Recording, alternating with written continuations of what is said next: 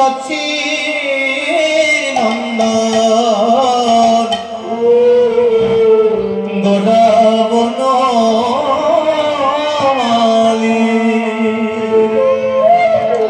অশুভ দিবসে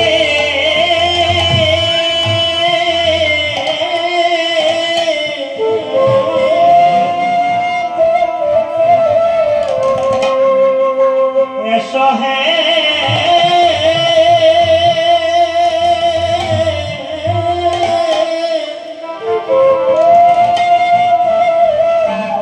সচি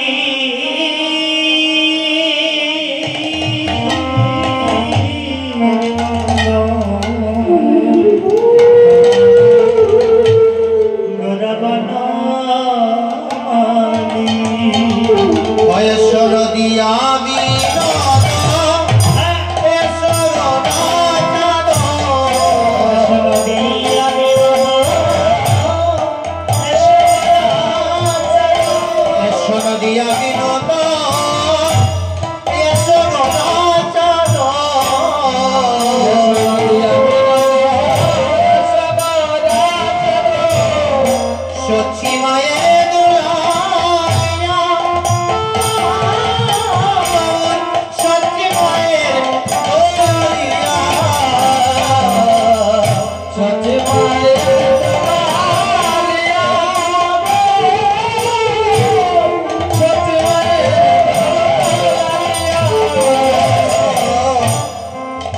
সচি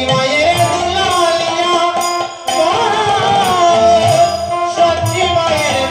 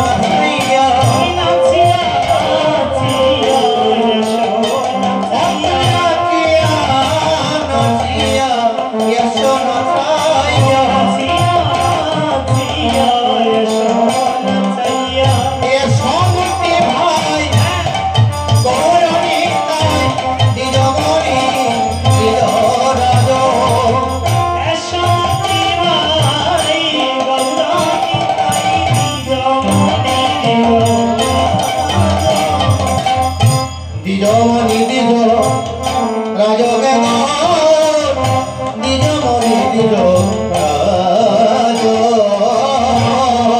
মনে দিজ রাজা নিজ মনে দিজ রাজা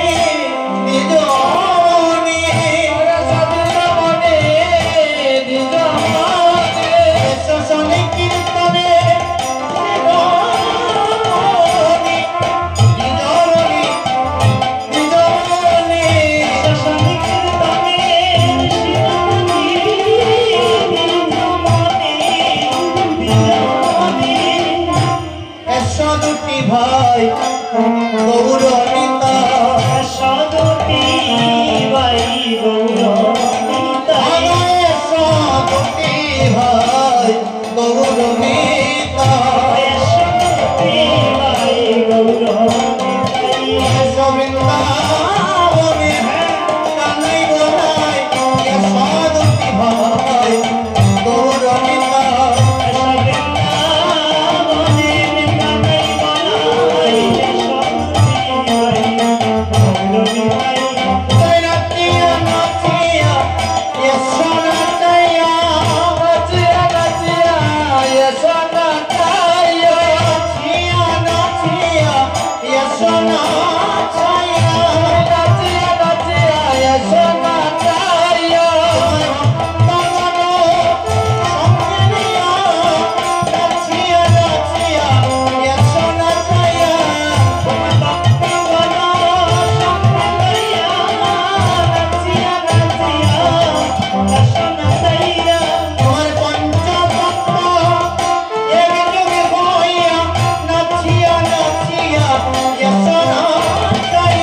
তোমার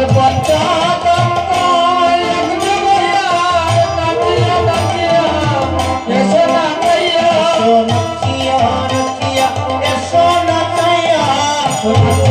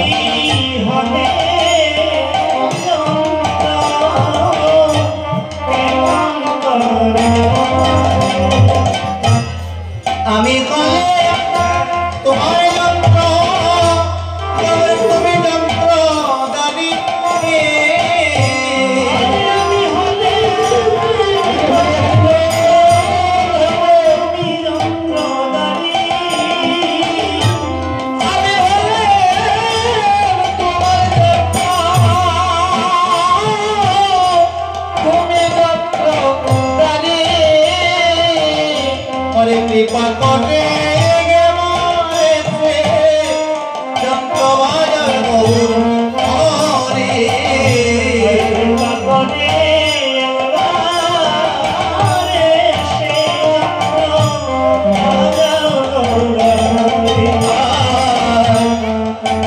কৃপা করে বাজাও গৌর হরে কৃপা করে একবারে সে যন্ত্র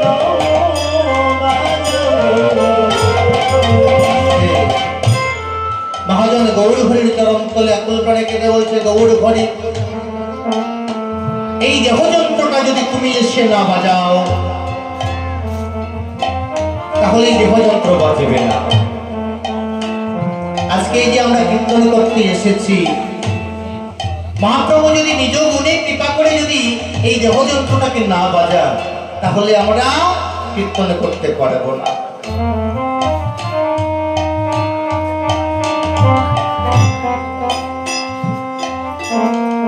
তাই বৈষ্ণব পদকবি গৌর হরি চরণ তলে আকুল প্রাণে কেঁদে বলছে গৌর হরি এসে তোমার যন্ত্র তুমি ধরো তোমার কীর্তন তুমি করো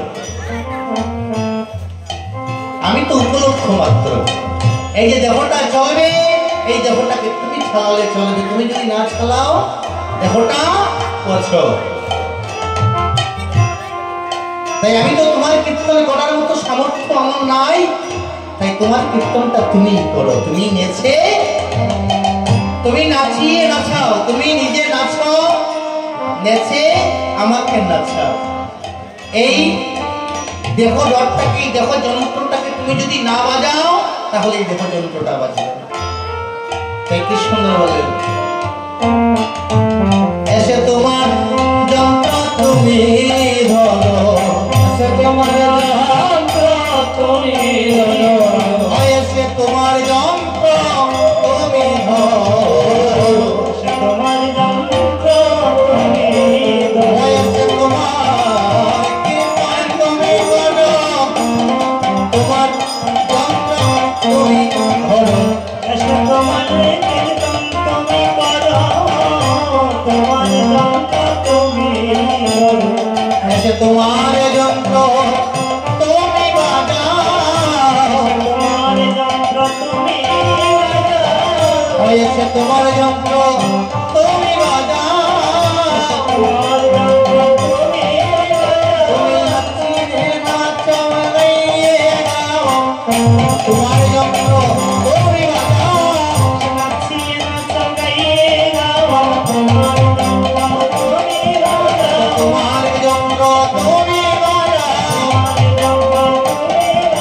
তোমার যন্ত্র তুমি বাজাও নাচিয়ে নাচো গাইয়ে গাও তোমার যন্ত্র তুমি বাজাও তোমার যন্ত্র তুমি বাজাও তোমার যন্ত্র তুমি বাজাও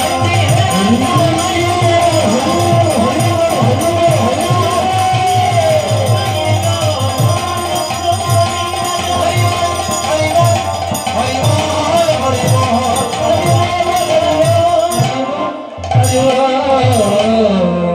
ভগয়া শিলা গৌরঙ্গ নিয়ে সঙ্গ ভঙ্গ ব্রজের কেলা সঙ্গে লইয়া ভগয়া শিলা গৌরঙ্গ নিয়ে সঙ্গ ভঙ্গ ব্রজের কেলা সঙ্গে ভগয়া শিলা গৌরঙ্গ নিয়ে সঙ্গ ভঙ্গ ব্রজের কেলা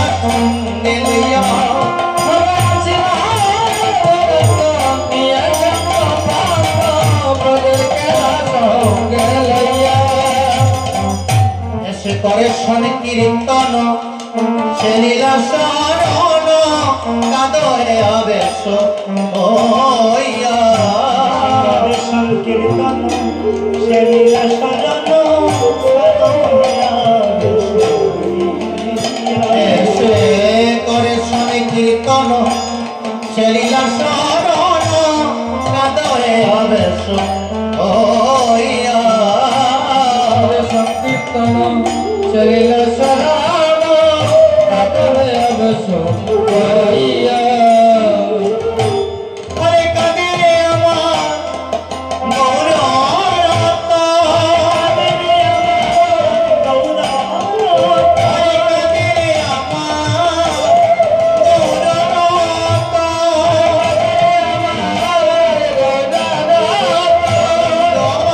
রমগিনী নারী মত, কাঁদে রে আমার গৌররত।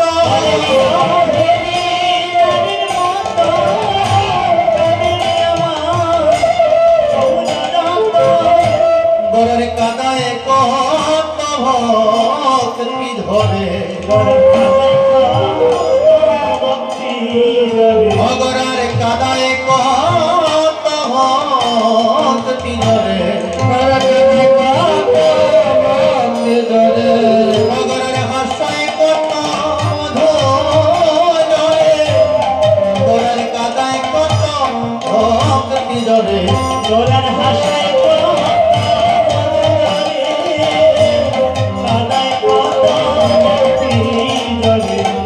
কলিজীবের জন্য আমার গৌরী করে,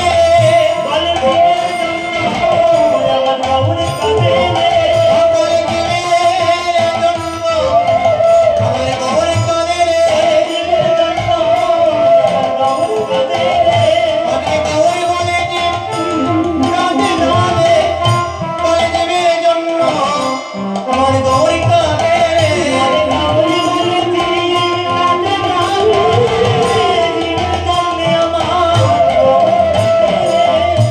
আজ কলিজীবের জন্য আমার গৌর হরি নদিয়ার পথে পথে দুটি নয়নের জলে বক্ষ ভাসিয়ে ধোলায় গড়াগড়ি দিচ্ছে। আজ আসিলা গৌরাঙ্গ নিয়ে সঙ্গ পঙ্গ ব্রজের কেলা সঙ্গে লইয়া,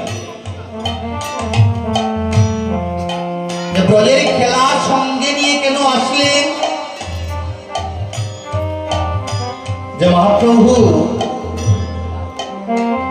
ভগবানের ব্রজের যে ভাবটা ছিল, এই ভাবটাকে পরিবর্তন করে এই কলিতে অন্য খেলা খেলেছেন।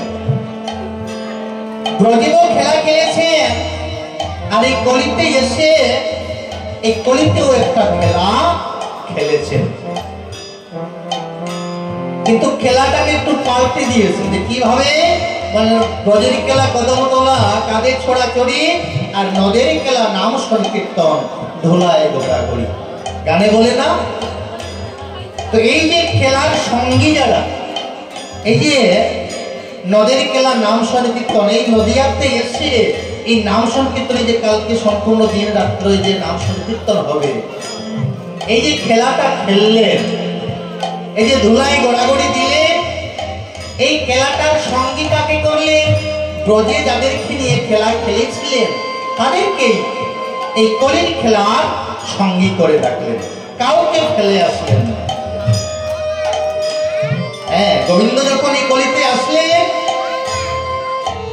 ব্রজের খেলার সাথী যারা ছিলেন সবাইকে সঙ্গে নিয়ে এসেছেন। তাই আসিয়া গৌরাঙ্গ নিয়ে সঙ্গ পঙ্গ ব্রজের কেলা সঙ্গে লইয়া এসে করে শোনে কীর্তন, সেই লীলা স্মরণ কাদ হয়ে আবেশ হইয়া এসে ধোলায় গড়াগড়ি দিচ্ছে, আর ব্রজের সেই লীলাটাকে স্মরণ করে কাঁদছেন, আর দুঃখী নয়নের জলে ভক্ত বাঁচাচ্ছেন। তাহলে এই যে মহাপ্রভু এই কলিতে আসলেন, মহাপ্রভু এমনি এমনি কলিতে আসলেন না। মহাপ্রভু এই কলিতে এসেছেন অনেকজন আর অনেকটা বাসনা পূরণ করার জন্য। অনেকগুলো কারণ আছে যে মহাপ্রভু এসেছেন। এই যে কৃষ্ণ, এই যে গৌরাঙ্গ অবতার হয়েছেন, গৌরাঙ্গ গৌর হয়ে এই কলিতে এসেছেন, যে কেন এই গৌরাঙ্গ হয়ে আসলেন আর কিভাবেই বা আসলেন। এই যে আজকে অধিবাস কীর্তন হচ্ছে, অধিবাস কীর্তন, আজকে এই যে অধিবাসের দেখেন, অধিবাসের কাজ যেগুলা বৈষ্ণব বাবাজি এদিকে করেছে। আর এখন যেটা হচ্ছে এটা হলো অধিবাস কীর্তন। হ্যাঁ, অধিবাসীর কাজ যেটা করা হয়েছে সেটা আলাদা, এটা হলো আলাদা, এটা অধিবাস কীর্তন। তাহলে অধিবাস কি? শুভারম্ভ মঙ্গল আচরণ যাকে বলা হয়। আর আরেকটা অর্থ হলো আদিকে স্মরণ করা। আদিকে যে যারা বসবাস করেছেন সেই আদি লীলাকে স্মরণ করা হলো অধিবাস। তাহলে আজকে আমরা এই অধিবাসী কি লীলা স্মরণ করব? আমার গৌর হরি এই নদিয়াতে এসে, কলিতে এসে, এই যে আজকে এই যে হরিনাম কীর্তনের অধিবাস হচ্ছে, কালকে কীর্তন হবে। এই কীর্তনটা কি করে শুরু করলেন? আমরা সেই লীলাটাকে স্মরণ করে মহাপ্রভু সেবা স্বয়ংবর মাঝে যে কীর্তনটা করেছিলেন, যে অধিবাসটা করেছিলেন, সেই লীলা স্মরণে আজকে আমরা অধিবাস কীর্তন শ্রবণ করব। তাহলে আজকে এই যে মহাপ্রভু কলিতে আসলেন, হরিনাম কৃষ্ণনাম বিলীন করছেন, নয়নজলি ভক্ত বাসাচ্ছে। এই মহাপ্রভু আসলেন কি করে? শ্রীমান অদ্বৈত প্রভু, শ্রীমান অদ্বৈত প্রভু এই কলির প্রথম সন্ধ্যায় এই কলিতে আসলেন। এই যে অদ্বৈত প্রভু, এই অদ্বৈত প্রভু হলেন মহাপ্রভুর থেকে 56 বৎসরের বড়।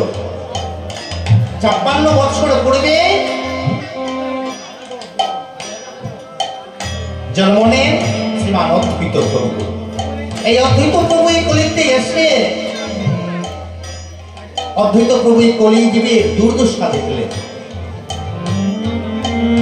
এই কলিজীবের দুর্দশা দেখলেন অদ্বৈত প্রভু চারিদিকে সে দেখলেন এই চারিদিকে এই কলিজীব মায়ার অন্ধকারে পড়ে আছে। তারা ভগবানকে জানে না, ভগবানের সাধন ভজনে জানে না, মানুষ মানুষকে ভালোবাসতে জানে না। হ্যাঁ, এই অন্ধকারাচ্ছন্ন কলিযুগ দেখে, কলিকে দেখে অদ্বৈত প্রভু মনে মনে ভাবছেন, আরে এই কলিকে কি করে উদ্ধার করা যায়? মনে মনে শ্রীমান অদ্বৈত প্রভু ভাবছেন যে কলিজীবকে যদি উদ্ধার করতে হয় তাহলে আমার পক্ষে তো সম্ভব নয়। তাহলে কি করা যায়? একাকী বসে বসে আমার শ্রীমান অদ্বৈত প্রভু মনে মনে ভাবছেন। আলীলা পাশ থেকে মহাজন ভাবে দিলেন, অদ্বৈত রায় সবই মুখে দে কিনতে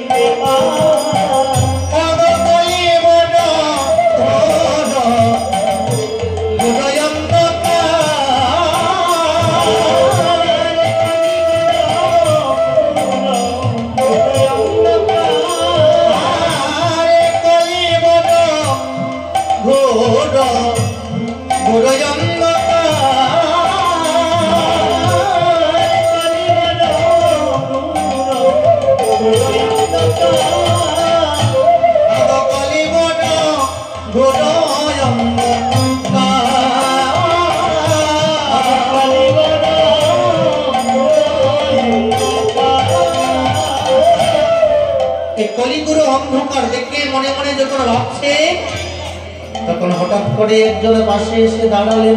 তিনি কে? তিনি হলেন হরিদাস ঠাকুর, নামাচার্য হরিদাস ঠাকুর। এসে বলছে, প্রণাম করিয়া কয়, হরিদাস মহাশয় তোমার উদ্দেশ্যে আইনো আমি। আস্তে বাচ্চারা কথা হইল না। হরিদাস ঠাকুর করণীরে বলছে, প্রভু আমি তোমার উদ্দেশ্যে এসেছি, তুমি তো চিন্তিত কেন? তোমার চিন্তার কারণটা কিছু আমাকে খুলে বলো।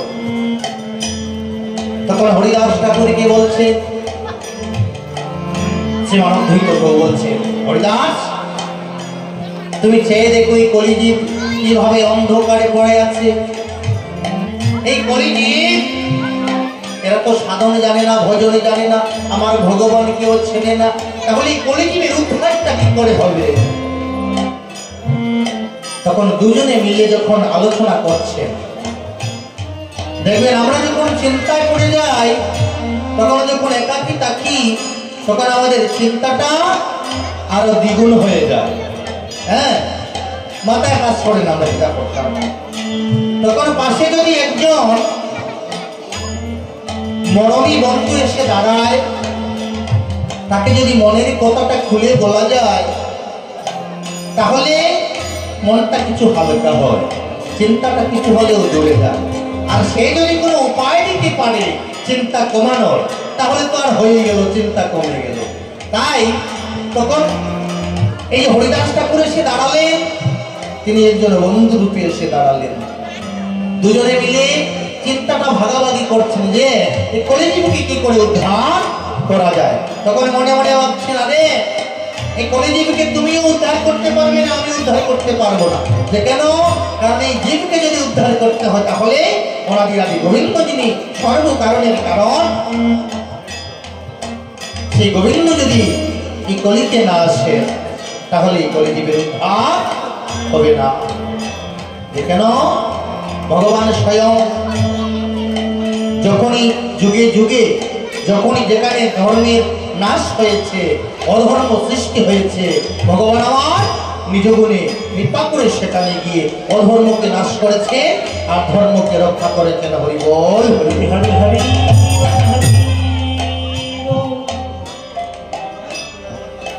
তাই এই কলিযুগকে যদি উদ্ধার করতে হয় তাহলে ভগবান স্বয়ং যদি না আসেন তাহলে হবে না। তাই এবার দুজনের চিন্তা হলো, এবার ভগবানকে আমরা এই কলিতে আনবো কি করে। দুজনে মিলে ভগবত অধ্যয়ন করছেন। অধ্যয়ন করতে করতে হঠাৎ করে একটি শ্লোক পেলেন। যে শ্লোকটা কি? শ্লোকটা হলো ভগবান প্রাপ্তির শ্লোক। হ্যাঁ, এই শ্লোকের মধ্যে বলা আছে যে ভগবানকে কি করে লাভ করা যায়। যখন এই শ্লোকটা পেয়েছেন অদ্বৈত আচার্য আনন্দিত হয়ে নাচিতে লাগিলেন।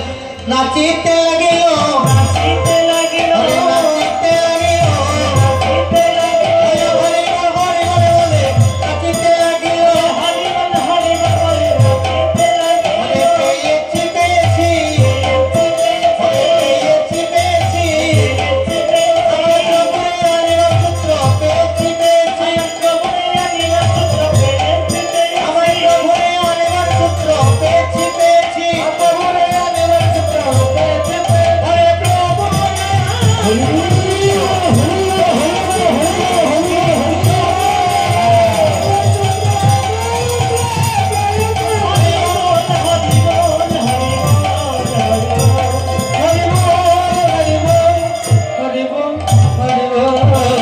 দুটি বাহু তুলে হরি বলে বলে নাচতে লাগলেন আর বলতে লাগলেন যে পেয়েছি পেয়েছি। যে কি পেয়েছ? প্রভুরে আনার একটা সূত্র পেয়েছি। যে সূত্রটা কি? শ্লোকটা হলো তুলসী রমাত্রে অশ্বত কেন বা কেন বিক্রি নিত্যে সমাতভান ভক্ত ভক্ত বৎসল। তুলসী দলমাত্রে যশ চুল কেন বা বিক্রি নিত্যে সমাত্মানাং ভক্ত ভক্ত বৎসল। যদি কোনো ভক্ত গঙ্গা জল আর তুলসী পত্র আর নয়ন জল মিশ্রিত করে প্রভুর চরণে অর্পণ করতে পারে তাহলে ভক্তের অধীনে ভগবান আমার সেই ভক্তের ভক্তি জুড়ে জন্ম জন্মান্তরের জন্য বাধা হয়ে যান। হরি বল, হরি বল, হরি বল। তাহলে এবার করণীয় কি? তুলসী পত্র আর গঙ্গা জল প্রভুর চরণে অর্পণ করতে হবে। এবার ভাবছেন যে আমি যে তুলসী পত্র গঙ্গা জল প্রভুর চরণে অর্পণ করতে পারবো, আমার প্রভু কোথায়? প্রভু তো তখনও গলিতে আসলেন না।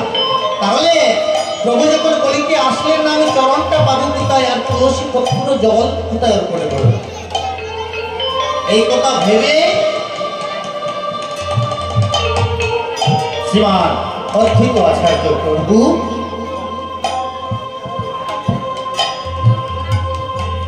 গঙ্গায় নামি বলে নেমে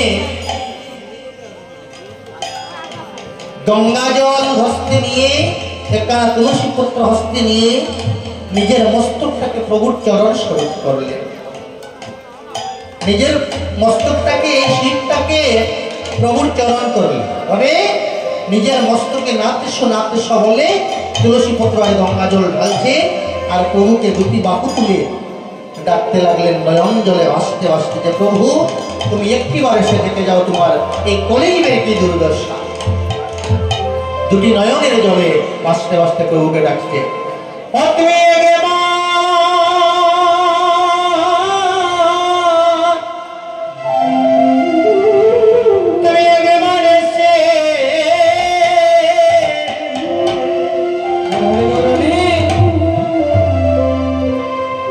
এসে দেখে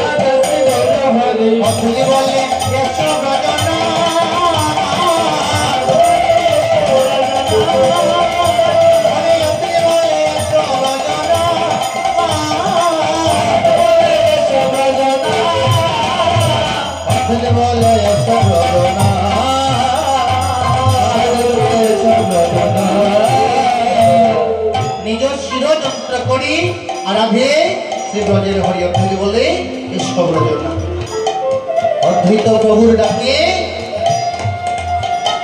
ভগবান আর থাকতে পারলেন। ভগবান চোরাদুরা মোহনবাসী সবে কিন্তু রেখে রাধারমণের ভাবকান্তি বিলাস নিয়ে উদয় হলেন নদিয়া নগরে সচি মায়ের ঘরে। তো যখন সচি মায়ের ঘরে জন্ম নিলেন সচি নামের গড়া বনমালী, তখন নদিয়া নগরে সবাই চারিদিকে সবাই হরিধ্বনি উলুধ্বনি করতেন, সবাই মিলে হরিবল হরিবল ভাব দিলেন। নদিয়া নগরে সবাই জয় জয় করছে, জয় জয় কালারব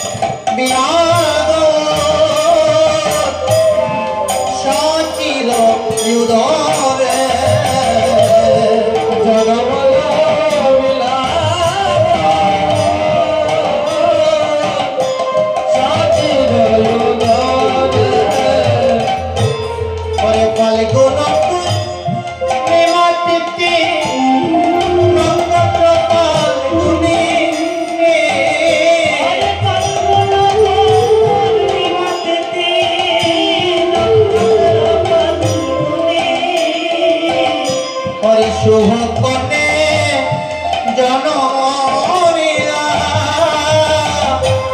আমার গৌরী গুণ মনে সকলে তাতে মনিরা আমার গৌরী গুণ মনে ওরে শুভ কনে জনমরিয়া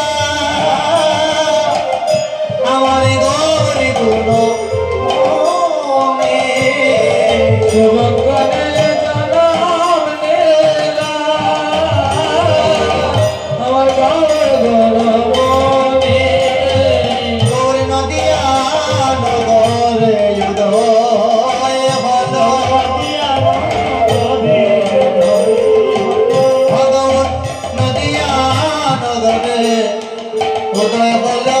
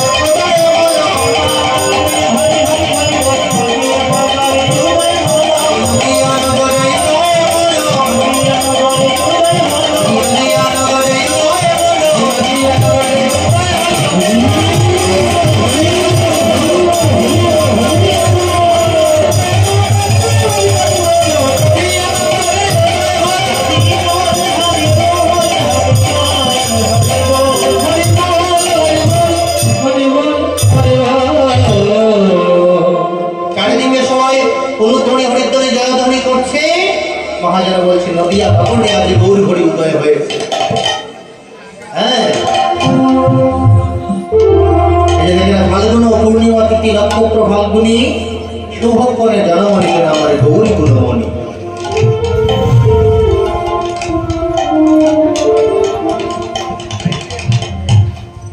এই যে দিনটা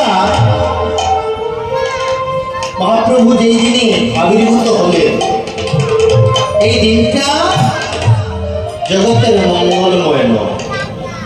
নক্ষত্র ফাল্গুনি মহাপ্রভু এই জন্ম নিয়েছেন স্বাভাবিকভাবে আমরা যেভাবে আমাদের সন্তান যেভাবে জন্মনের ভূমিষ্ঠ হয় 10 মাসে 10 দিনে আমরা জানি, কিন্তু মহাপ্রভু এই 10 মাসে 10 দিনে জন্ম নিলেন। কেন? ওই দিন তার অপেক্ষা রইল।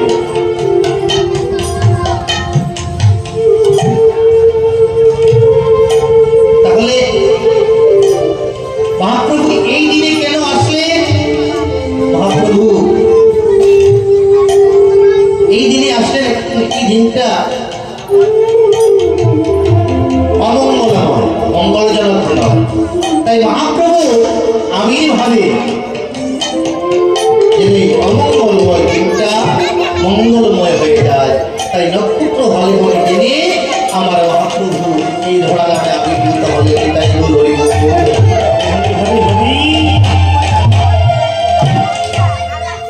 হ্যাঁ, তাই চারিদিকে সবাই জয় জয়কার করছে, মহাজন ভাবছে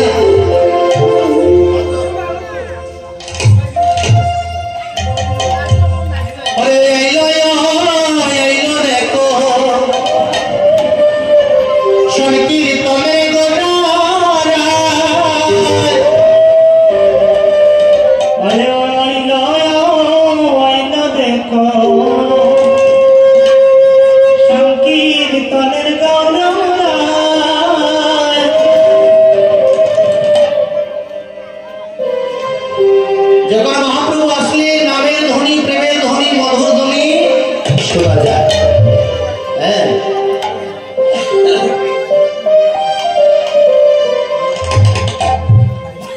একটা মহাপ্রভুর উদয়ের একটা গান করতে সবাই মিলে করতালি করবে।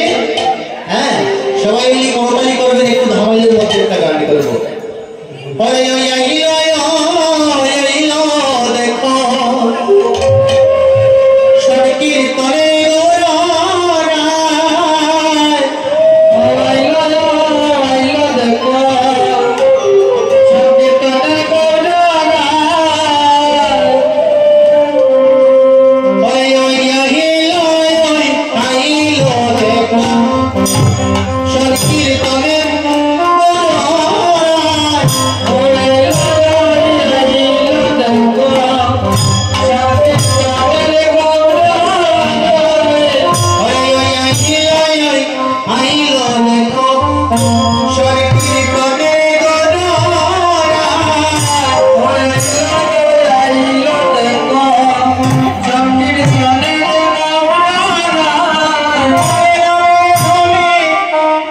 দেখো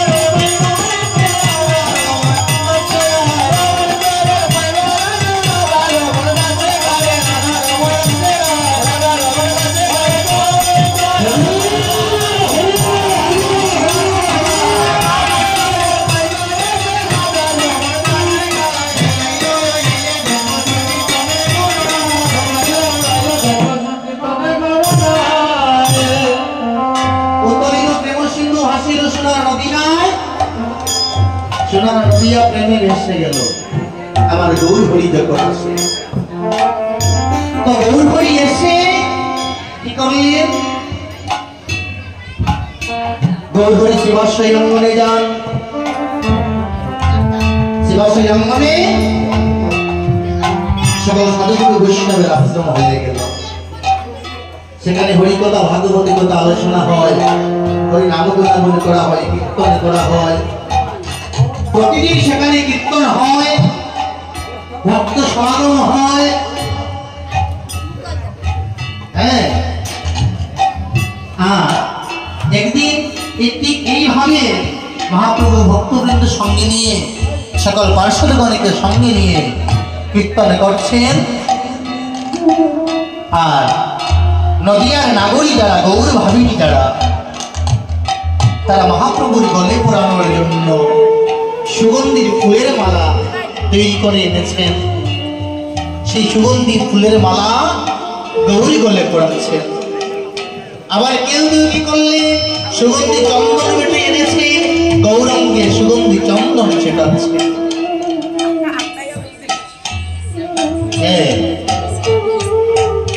আর গৌর হরিকে দর্শন করে মনে মনে কেউ কেউ কল্পনা করছে, একজন একই ভাবে মনে মনে কল্পনা করছে। কেউ কেউ বলছে আরে ছেড়ে দেখ, ছেড়ে দেখ, এই গৌর হরি আর কেউ নয়, এই গৌর হরি আমার সেই জানকী বলল আমার রামচন্দ্র। কেউ বলছে না না, এই গৌর হরি আর কেউ নয়, এই গৌর হরি আমার সেই ব্রজের চিকনে কালা। নয়ন আনন্দের মনে আনুনাহিক জানে গৌর আমার গদাধরের প্রাণ। নয়ন আনন্দ বলছে আমি আর কিছু জানি না, আমার এই গৌর হরি আমার গদাধরের প্রাণ। যে গদাধরকে, গদাধর হলেন রাধারানীর আত্মশক্তি। তাহলে রাধারানীর প্রাণকে আমার কৃষ্ণ। তাই নয়ন আনন্দ বলছে আমি আর কিছু জানি না, আমি আর কিছু জানি না, আমার গৌর আমার গদাধরের প্রাণ আমার শ্রীকৃষ্ণ। হ্যাঁ, এই মহাজনে কি সুন্দর ভাব দিলেন। কৌতেই গোড়ায়ঙ্গে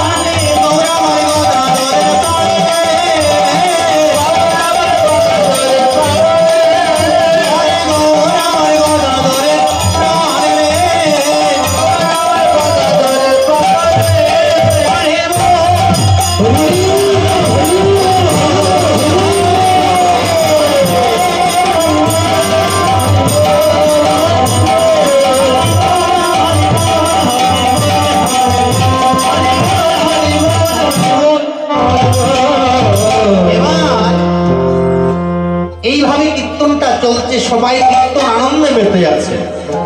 হ্যাঁ,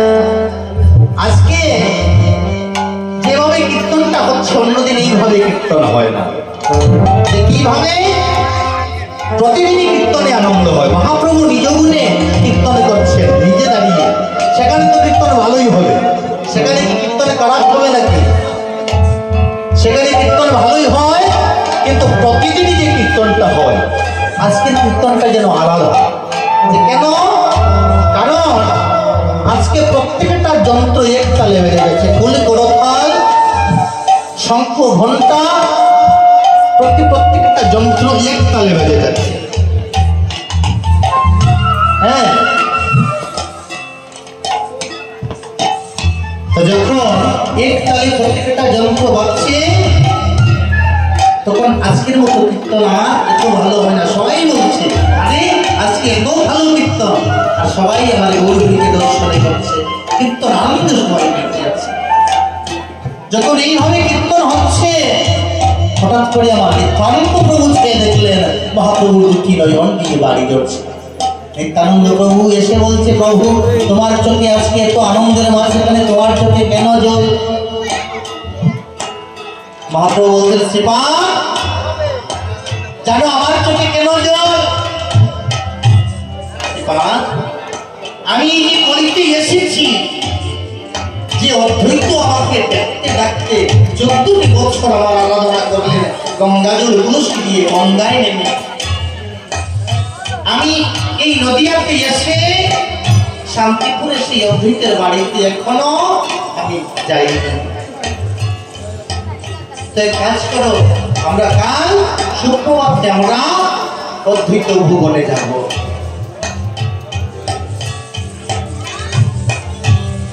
তুমি তৈরি হয়ে থাকবে, আমরা কাল শুক্রবারে আমরা অদ্বৈত ভুবনে যাব।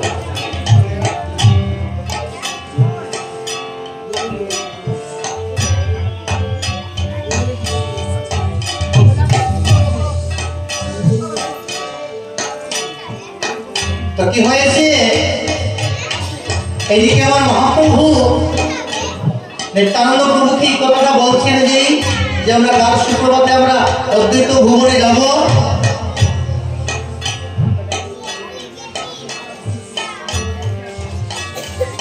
তাহলে আর এইদিকে অদ্বৈত প্রভুর কি হলো?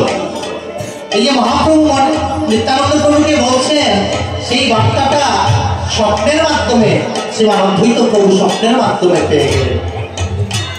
অদ্বৈত প্রভু স্বপ্ন দেখলেন যে আমার প্রভু নিত্যানন্দ প্রভু সঙ্গে নিয়ে আমার বাড়িতে এসে হেমদন্দ দুটি বাহু তুলে হরি বল বলে দাঁড়িয়ে আছে। যখন এই স্বপ্নটা দেখলেন, স্বপ্ন দেখে অদ্বৈত গরণী সীতা ঠাকুরানীকে বলছে, সুস্বপ্ন দেখিন সীতা গত নিশাবাগে, সুস্বপ্ন দেখিন সীতা গত নিশাবাগে, সুস্বপ্ন দেখিন সীতা গত নিশাবাগে, সুস্বপ্ন দেখিন সীতা গত নিশাবাগে, আসবে আমার গৌর নিতাই মোদের রাগে নাতে, আসবে আমার গৌর নিতাই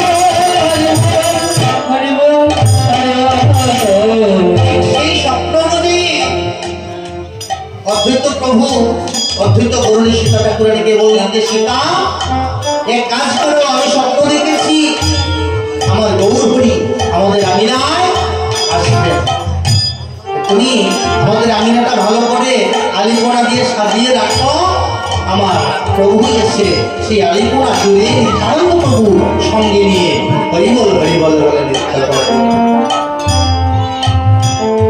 তো সীতা ঠাকুরানী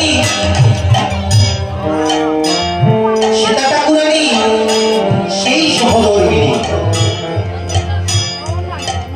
সীতা ঠাকুরানী সেই সহধর্মিণী যে সহধর্মিণী স্বামীকে ধর্ম প্রতি এগিয়ে যেতে সাহায্য করেন। যে সহধর্মিণী কাকে বলা হয় বাবা?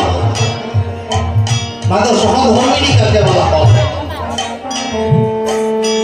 যে নাকি তার স্বামীকে ধর্ম প্রতি এগিয়ে যেতে সঙ্গে থেকে সাহায্য করে, যে তুমি ধর্ম প্রতি এগিয়ে যাও, আমি তোমার সঙ্গে আছি।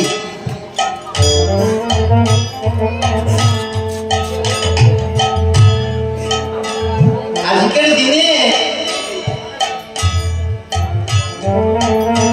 অনেক স্বামী স্ত্রী আছে, অনেক সহধর্মিণী আছে, স্বামী আছে, তাদেরকে সহধর্মিণী বলা যায় না ভাতি।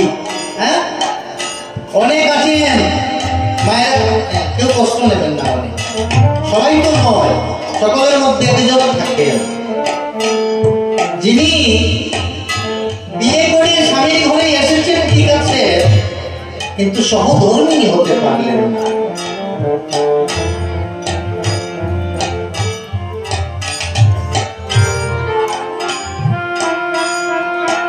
বিয়ের পরে দেখবেন এক সপ্তাহ টিকেন না বিয়া, সে আবার সহধর্মিণী কি করে হবে? হ্যাঁ,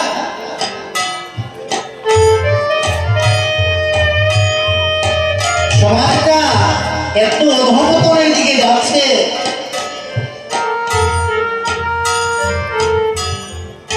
এতভাবে অধঃপতিত হচ্ছে, শাস্ত্র ধর্ম বলতে কিচ্ছু আর থাকছে না, আংশিক আছে। সেটাকে যদি রক্ষা করতে হয় তাহলে আপনাদেরকে আমাদেরকে একটু নজর দিতে হবে। আমাদের সন্তানগুলোকে সুসন্তান তৈরি করতে হবে, তাহলে সমাজটা একটা সুষ্ঠু সমাজ গঠিত হবে। আর সুষ্ঠু সমাজ যদি গঠিত না হয় তাহলে আমাদের ধর্মটাকে রক্ষা করা যাবে না।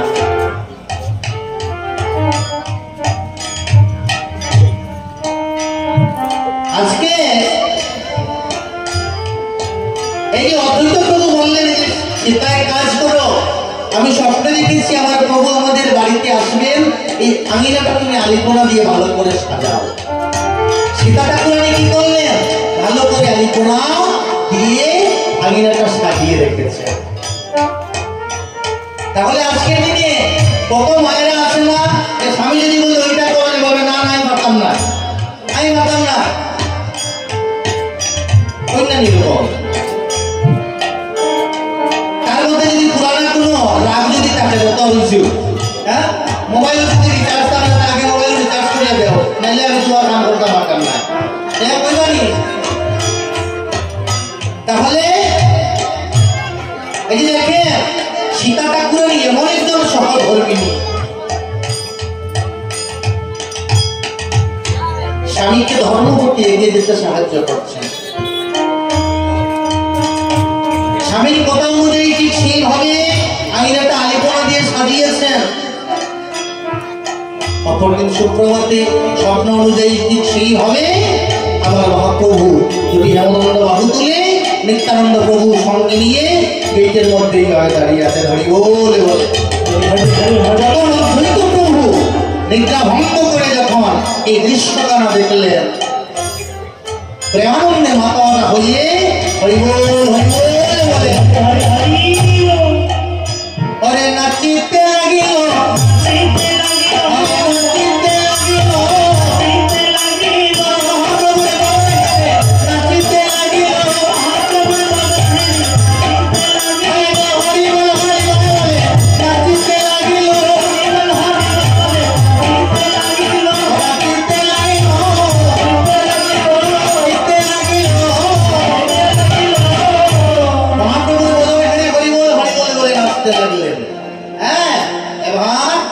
অদ্বৈত প্রভু সঙ্গে নিয়ে, নিত্যানন্দ প্রভু সঙ্গে নিয়ে আমার মহাপ্রভু অদ্বৈত ভুবনে এসে বসলেন। লীলাবাস থেকে মহাজন ভাবলেন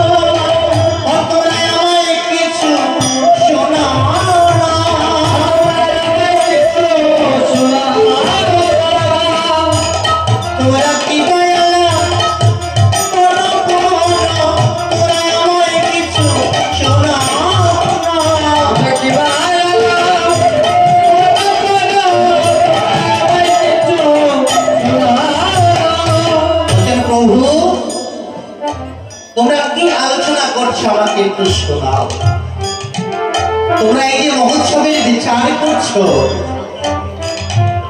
এই যে মহোৎসবটা করবে, এই যে এখানে কি হচ্ছে, মহোৎসবের বিচার হচ্ছে, মিটিং হচ্ছে। হ্যাঁ, অদ্বৈত প্রভু যে মনে বাসনা করেছিলেন, যার কারণে ভগবানকে দেখেই কলিতে এনেছেন, এবার ভগবান স্বয়ং নিজগুণে অদ্বৈতের বাড়িতে আসলেন। অদ্বৈত ভুবনে আসলেন, এসে অদ্বৈত প্রভুকে বলছেন যে অদ্বৈত প্রভু, তুমি আমাকে কেন ডেকে কলিতে আনলে? তোমার বাসনাটা আমাকে খুলে বলো।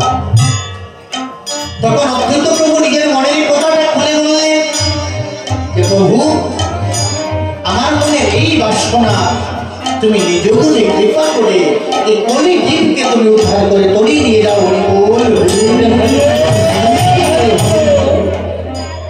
তাহলে এই কথা যখন বললেন অদ্বৈত প্রভু, তখন আমার শ্রীমান মহাপ্রভু বললেন যে অদ্বৈত প্রভু এবং নিত্যানন্দ প্রভুকে বললেন, শ্রীপাদ শোনো, এই গলিতে আমি যুগল ধর্ম প্রবর্তন নাম সংকীর্তন চারি ভাব ভক্তি দিয়া আমি নাচাবো ভুবন, আমি নাচিব নাচাইব কাঁদিব কাঁদাইব, এনে অশ্ব না ধরিব প্রাণে কারো না মারিব। বললেন শোনো, যুগ ধর্ম প্রবর্তন করব আমি, আর যুগ ধর্মটা হবে নাম সংকীর্তন। আর যুগে যুগে আমি অধর্মকে বিনাশ করেছি, অসুরকে বধ করেছি, অস্ত্র ধরেছি, কিন্তু এই যুগে আমি আর অস্ত্র ধরব না। যে অস্ত্র আমি ধরবো না কেন, কারণ আমি রাধারানীর কাছ থেকে আমি ভিক্ষা চেয়ে রাধারানীর ভাব কান্তিটা আমি ভিক্ষা নিয়ে এসেছি। যে রাধারানীর ভাব কান্তিটা আমি ভিক্ষা নিয়ে কেন আসলাম, যে কারণ রাধারানীর ভাব কান্তিটা আমি যদি ধারণ না করি তাহলে আমি নয়নে জলে বাঁচতে পারবো না। আমি রাধারানীর কাছ থেকে যে ধনটা নিয়ে এসেছি, যে সম্পদটা নিয়ে এসেছি, সেই সম্পদটাই আমি এই কলিতে প্রয়োগ করব। সেই রাধার ভাবকান্তি আমি ভিক্ষা নিয়ে এসেছি এই কারণে যে এই যুগে আমি যেন অশ্রু যেন আমাকে না ধরতে হয়, আমি নিজে খেলে যেন এই জগৎটাকে কাটাতে পারি। এই কলে যত পাপিষ্ঠ আছে, যত পাপি তাপি আছে, যত অসুর আছে, যত অসুর শক্তি আছে, তাদেরকে যেন আমি আমার হৃদয়ের বেদনা দিয়ে, আমার অন্তরের ভালোবাসা দিয়ে, আমার প্রেম দিয়ে যেন এই জগৎবাসীকে আমি প্রেম ধারা যাতে প্লাবিত করতে পারি।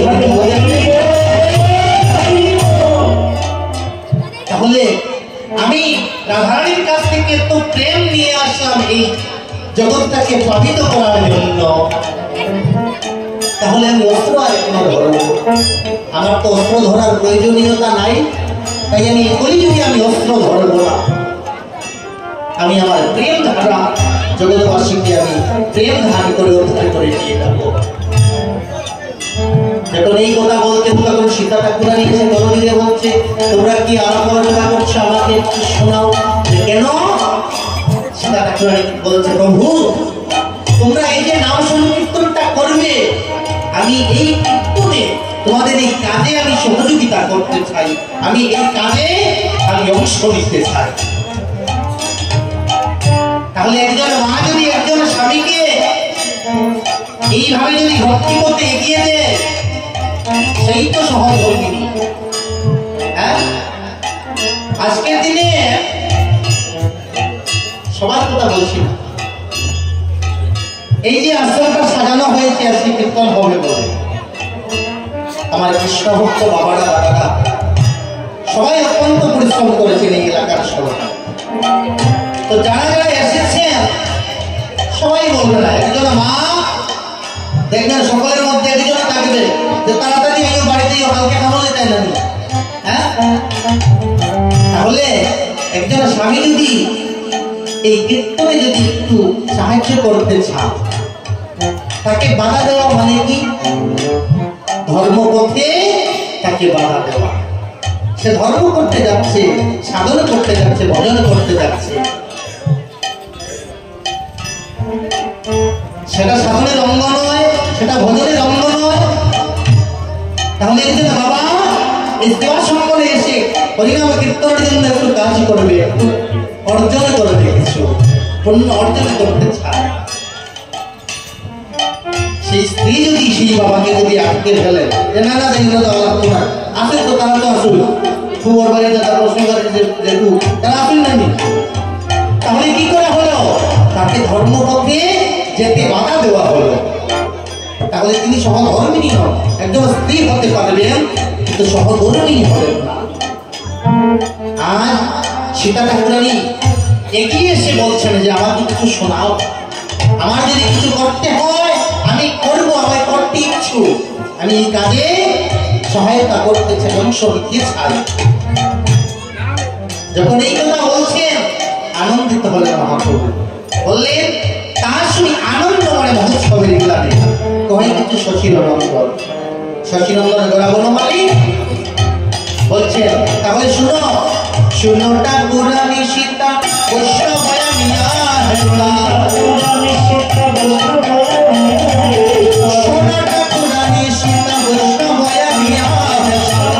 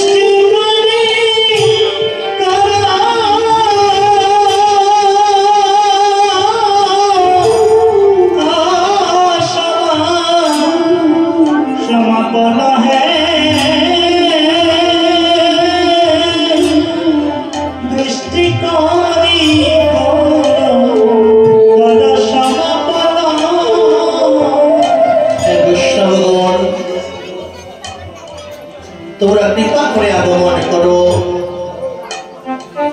তোমরা বিনা আমার এই হরিনাম সংকীর্তন হবে না। তোমাদের কৃপা ছাড়া, বৈষ্ণবের কৃপা ছাড়া এই কীর্তন হবে না।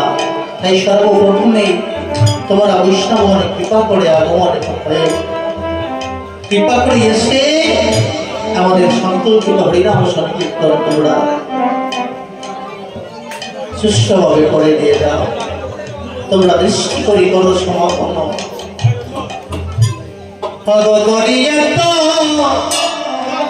নিবেদন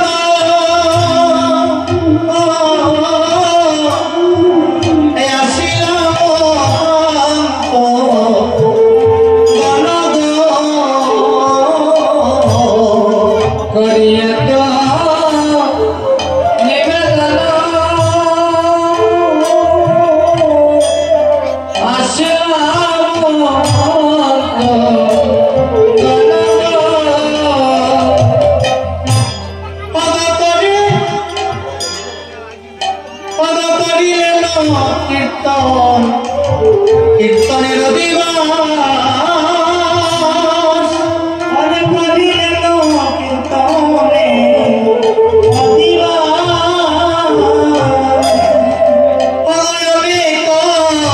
ভাতের ফলে আজ বৈষ্ণবয়া শিয়া মিলে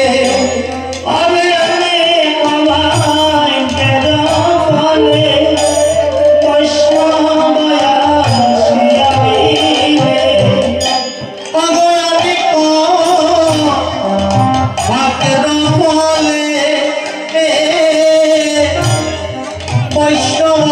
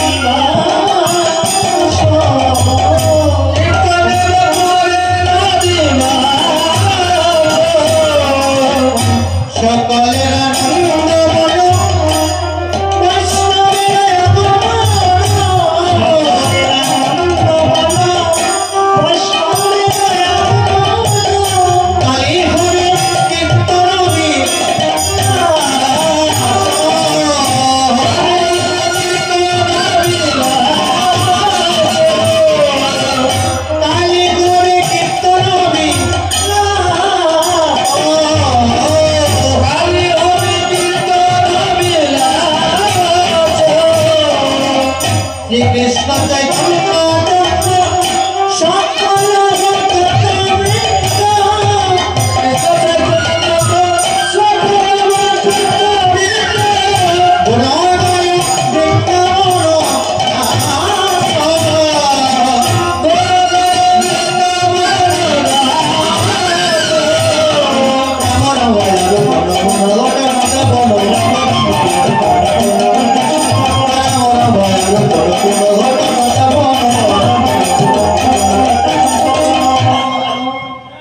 বলেন আমার অঙ্গ আরো কোন পুনঃঘট সংস্থাপন আমার পল্লব সারি সারি। এই যে আমার অঙ্গ এই যে কলা গাছটা রোপণ করা,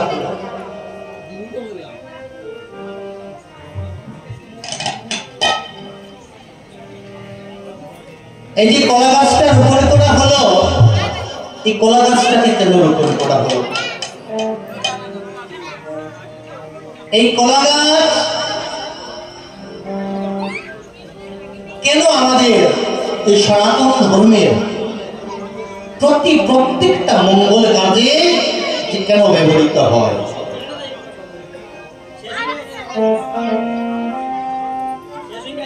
এই যে কলা গাছটা রোপণ করা হয় তার কারণ আছে। যে কারণটা কি? এই কলা গাছটা কে ছিলেন?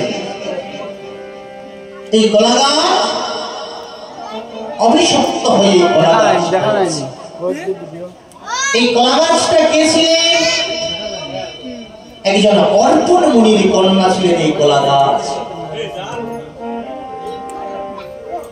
হ্যাঁ, অর্পণ মুনি এই যে মুনি ঋষি ছিলেন, এই মুনি ঋষিদের মধ্যে সবচেয়ে বয়স্ক,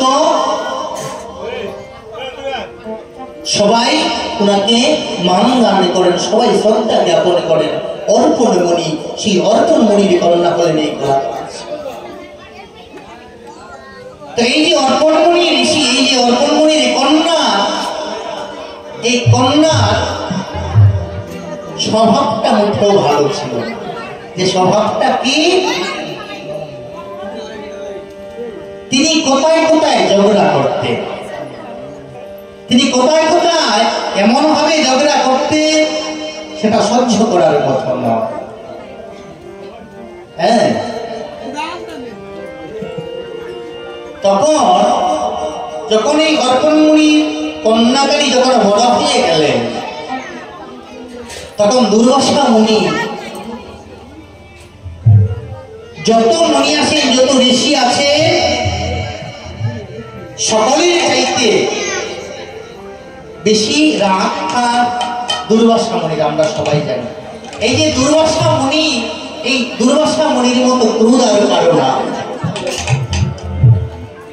হ্যাঁ, কোথায় কোথায় এই দুর্বাসা মুনি যাকে তাকে ভস্ম করে দেন।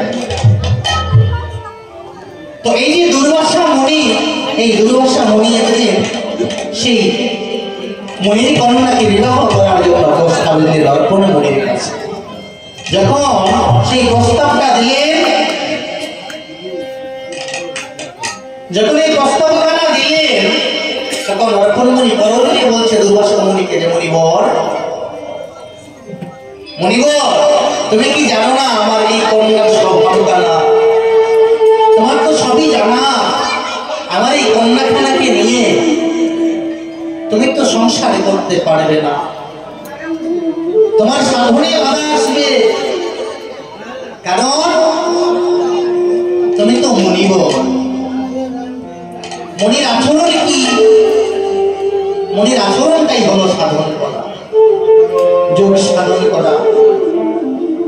তাহলে এখনো অবস্থায় আমার এই কন্যাখানি যদি তোমার সেই সাধন ভঙ্গ করে, হ্যাঁ, তাহলে তোমার সাধন ভঙ্গ হয়ে যাবে, তোমার সাধন হবে না। আর কোনো কারণে তুমি আমার মেয়েটাকে যদি বশ করে না, তোমার তো খুব রাগ। হ্যাঁ, এত রাগী মনি, তোমার মতো এত রাগী আর কেউ নাই। হ্যাঁ, তাই আমার যে বড় ভয় করছে তোমার কাছে আমার মেয়ে খানাতে দিতে।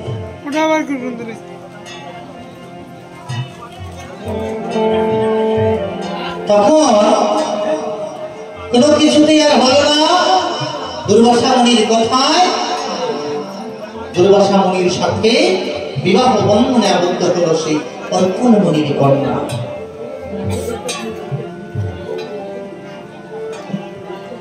এই কন্যাখানি যখন অর্পণ মুনির সঙ্গে যখন বিবাহ হলো,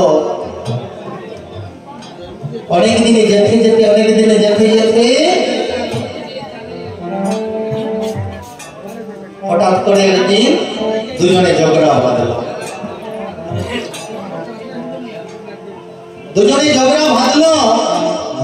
আর এমন ঝগড়া বাঁধলো, ঝগড়া করতে করতে করতে করতে শেষ পর্যন্ত সেই দুর্বাসা মুনি ক্রোধান্বিত হয়ে সেই অর্পণ মুনির কন্যাকে অভিশাপ দিলেন। অভিশাপ দিয়ে সঙ্গে সঙ্গে তাকে ছাই করে দিলেন, ভস্ম করে দিলেন। যখন ভস্ম করে দিলেন, সকল দেবতাগণ, সকল মুনি ঋষিগণ সবাই একে একে চলে আসলেন। এসে বলছি, কি বলিব, তুমি একই করলে? যতই অপরাধী করুক, যতই অপরাধী হোক, সে তো তোমার স্ত্রী, তোমার পত্নী। তোমার এই কার্যটা করা তোমার সঠিক হলো না। যে এবারে কি করা, বর্ষ হয়ে গেছে, এবার তো আর করার কিছু নাই। অর্পণ মুনি এসেছেন, এসে বলছেন, মুনিবর, দুর্বাসা মুনি, আমি তোমাকে আগেই বলেছি আমার মেয়ের স্বভাব কানা, কিন্তু তুমি কোনো কিছুতেই আমার কোনো কথা শুনে না। এবার আমার মেয়েটাকে কি করা হবে? যখন সবাই যখন এই কথা বলছে, তখন যোগী ঋষিরা মুনিরা দুর্বাসা মুনিকে বলছে, মুনিবর, এক কাজ করো, তোমার অসাধ্য তো কিছু নাই। তাকে যখন তুমি বর্ষ করেই নিয়েছো, এবারে তুমি তার একটা সদগতি করো। সে যেন গোবিন্দের সবাই লাগে, সে যেন ভগবানের কাজে লাগে, দেবদেবীর কাজে লাগে, তার একটা উপায় তুমি করে দাও। তখন সেই দুর্বাসা মুনি করণীর জল দিয়ে মন্ত্র বলে সেই ছাইগুলোকে ছেপা দিলে, আর সেই ছাই থেকে একটা কদলী বৃক্ষ তৈরি হলো। সেই কদলী বৃক্ষ তৈরি হলো, আর দুর্বাসা মুনি বললেন, যাও কদলী,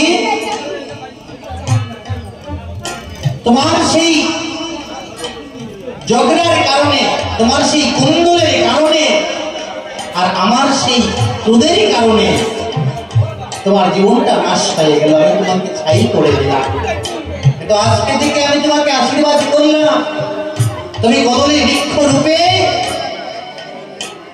তুমি প্রতিটি সনাতন ধর্মের প্রতিটি শুভ কর্মে তুমি ব্যবহৃত হবে। সকল মঙ্গলের কাজে, ভগবানের সকলের কাজে, দেবদেবীর সকলের কাজে তুমি ব্যবহৃত হবে, এই বলে আশীর্বাদ করে সেই থেকে হিন্দু সনাতন ধর্মের প্রতিটা মঙ্গলের কাজে সেই কদলী বৃক্ষ, সেই রামফলা, সেই রামরম্ভা তৈরি হয়ে আসছে। আর আমরাও আজ সেই কদলী বৃক্ষটাকে, সেই রামরম্ভাটাকে আজ আমরা ব্যবহার করছি, সকল মঙ্গলের কাজে ব্যবহার করছি। তাই আর বলে রামরম্ভার কোনো পূর্ণ ঘট সংস্থাপন আমর পল্লবসারী। এইভাবে কীর্তন মন্ডলী সুসজ্জিত করে আজ আমার মহাপ্রভু ভক্তবৃন্দ সমবেত হয়ে সকলে পার্শ্বদিগণ সঙ্গে নিয়ে, বৈষ্ণবগণকে সঙ্গে নিয়ে আর হরিনাম সংকীর্তনের শুভ অধিবাসে বসলেন। যখন শুভ অধিবাসে বসলে, চারিদিকে সবাই নবদ্বীপ মাঝে হরিধ্বনি উলুধ্বনি করতেন, হরিবোল, জয় জয় জয়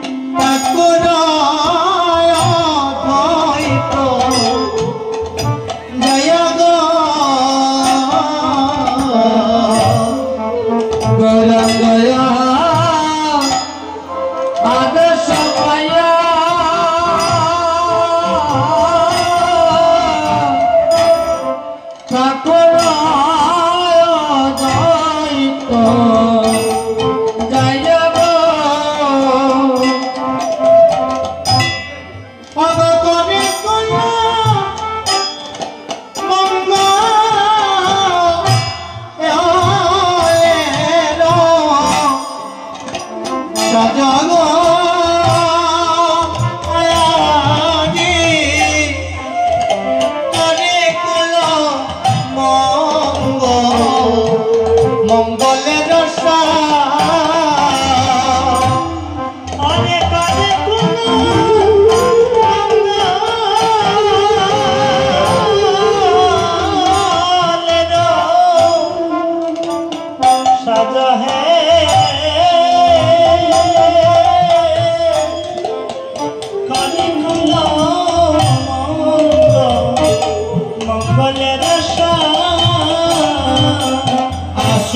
বৈষ্ণব সব হরি বলে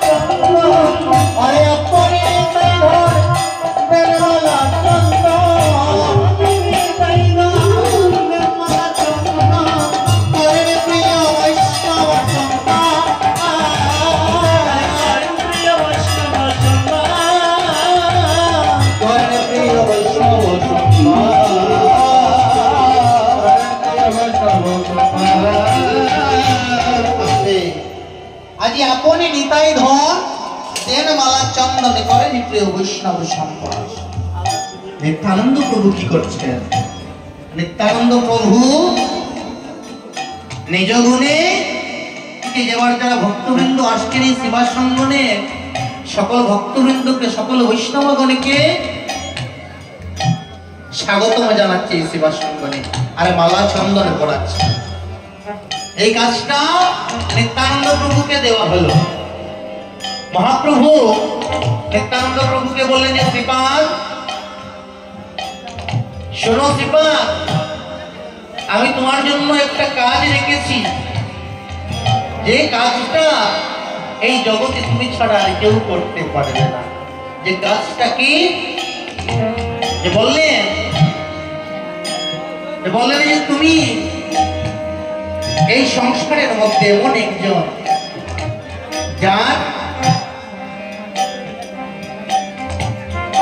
মান অভিমান নাই, যার কোনো অহংকার নাই, অভিমান শূন্য তুমি। তোমার মতো অভিমান শূন্য এই জগতে আর কেউ হতে পারে না। তাই যেই কাজটা তোমাকে দিচ্ছি সেই কাজটা তোমার জন্যই, শুধু তুমি ছাড়া এই জগতে অন্য কেউ করতে পারবে না। যে কাজটা কি? বললেন যে তুমি এক কাজ করবে, তুমি মালা চন্দন নিয়ে দাঁড়িয়ে থাকবে গৃহের মধ্যে, আর যারা যারা বৈষ্ণবগণ আসবে চরণে ধরে লুকিয়ে পড়বে, প্রণাম করে মালা চন্দন করিয়ে এই সেবাসঙ্গনে তুমি নিয়ে আসবে। তখনই নিতাই ধরে দেন মালা চন্দন করেন প্রিয় বৈষ্ণব সম্বাস। আর মহাপ্রভু এবার কি করলেন? এই মৃদঙ্গখানা গোবিন্দ দাসকে ডেকে আনলেন যে গোবিন্দ দাস, এক কাজ করো, আজকে এই অধিবাস কীর্তনে এই মৃদঙ্গখানা তুমি বাজাও। মৃদঙ্গখানা তুলে দিয়ে বললেন গোবিন্দ দাস, এমন একটা ভুল ধরো, আজকে কীর্তনে তুমি এমন একটা ভুল বাজাও যেই ভুলে জগৎটা ভুলে যায়। গোবিন্দ বলে দাঁড়াবে, গোবিন্দ বলে দাঁড়াবে,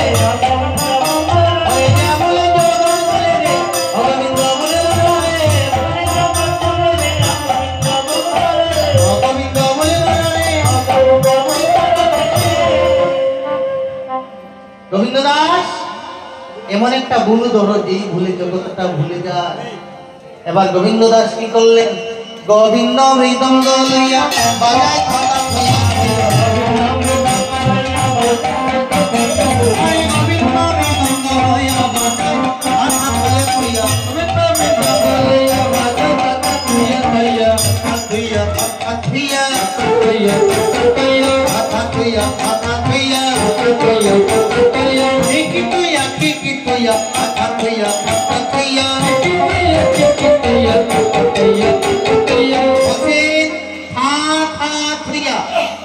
যে কি কি তুইয়া বলছে তারে থারে তুইয়া কারে তুইয়া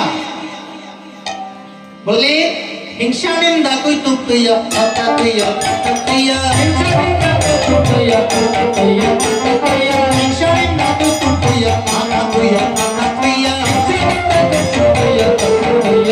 তুইয়া মানবী মানস কই তুইয়া আতা তুইয়া বলেন হিংসা নিন্দা কই তুই যার মনে আছে এই শিবাসঙ্গনে আসতে সময় শিবাসঙ্গনের গেটের বাইরে হিংসা নিন্দা মনের যত জটিলতা কুটিলতা আছে সব ফেলে শিবাসঙ্গনে আসতে হবে, না হলে হবে না। যারা যারা হিংসা নিন্দা ছেড়ে আসবে তাদেরকে তুমি নিয়ে আসবে, কারণ এই যে শিবাসঙ্গনটা এই শিবাসঙ্গনটা গুপ্ত মধুময় শ্রী বৃন্দাবন। এই শিবাসঙ্গনে এই যে কালকে যে অষ্টপ্রহর কীর্তন হবে এই কীর্তনে অষ্টকালীন লীলা হবে। এই অঙ্গনে আমার মহাপ্রভু অষ্টকালীন লীলা করবে। তাই এই লীলাটা আপনাদের মতো আমাদের মতো ভক্ত এটা দর্শন করতে পারে না। হ্যাঁ, এই লীলা কে দর্শন করেছিলেন? দর্শন করেছিলেন শ্রীমান অদ্বৈত প্রভু। তাই আমাদের সেই কর্ণ নাই সেই লীলা শ্রবণ করার, সেই নয়ন নাই সেই লীলা দর্শন করার, তাই আমরা সেটা দর্শন করতে পারি না। তাই এটা গুপ্ত মধুময় শ্রী বৃন্দাবন। তাই বৃন্দাবনে আসলে শিবাসঙ্গনে আসলে মনের যত জটিলতা মনে যত জাবড়া আছে সবকিছু ফেলে আসতে হয়। তাই বললেন হিংসা নিন্দা কৌতুক থইয়া। হ্যাঁ, আর এই মৃদঙ্গের সাথে করতাল কি বলছে? ওরে তারে না তারে না তারে না তারে না কৃষ্ণ নাম শুনে না তারে না তারে না কৃষ্ণ নাম শুনে না তারে না কৃষ্ণ নাম শুনে না তারে না তারে না কৃষ্ণ নাম শুনে না তারে না তারে না। করতাল কি বলছে? বলছে তারে না, যে কারে না, যেজন কৃষ্ণ নাম শুনে না তারে না। শেষ কি করবে? এখানে তো কৃষ্ণ নাম হবে, তাহলে কৃষ্ণ নাম যদি শেষে না শুনে তার সারা কি দরকার? হ্যাঁ, আর কি বললেন? যেজন গৌরে ভজে না তারে না তারে না, যেজন গৌরে ভজে না তারে না তারে না, যেজন গৌরে ভজে না তারে না তারে না, গৌরে ভজে না তারে না তারে না তারে না তালে তো তো বলো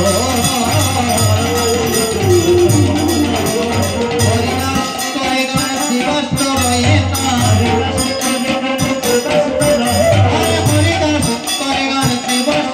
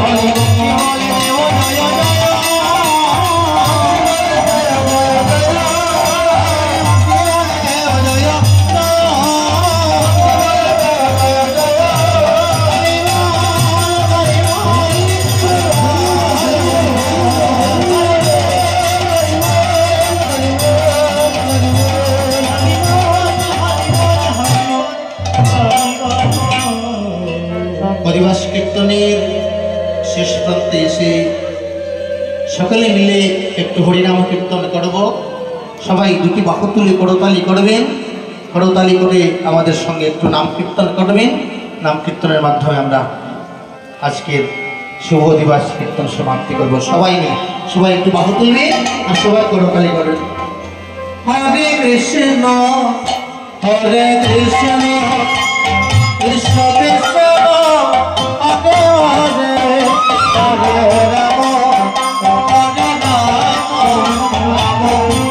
রাম হরে হরে হরে কৃষ্ণ